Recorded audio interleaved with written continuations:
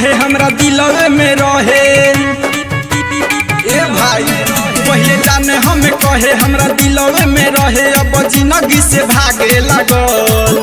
जब से अहिनी कमाए बेंगलोर यार हमरा मालिक के शादी होखे लागल। जब से अहिनी कमाए बेंगलोर यार हमरा मालिक के शादी होखे लागल।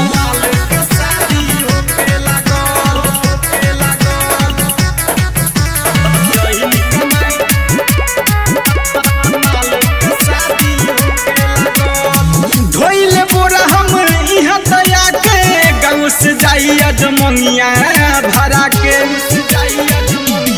ए भाई ढोइले बोरा हम इहाँ दया के गाँव से जाई अजमनिया भरा के।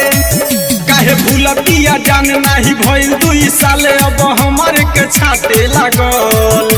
जब से अहिनी कमाए बेंगलोर यार हमरा मालिक के शादी होखे लागल। जब से अहिनी कमाए बेंगलोर यार हमरा मालिक के शादी होखे लागल।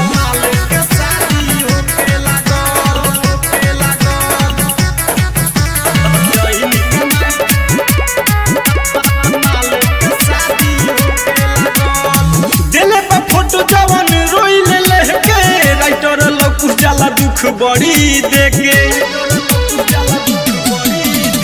दिले पर फोटो जवान रोइले लेके राइटर लोग जाला दुख बड़ी देखे। कहे दिन दयाल दीवाना अब छूटल मोर खाना लागे पागल मन होखे लागल।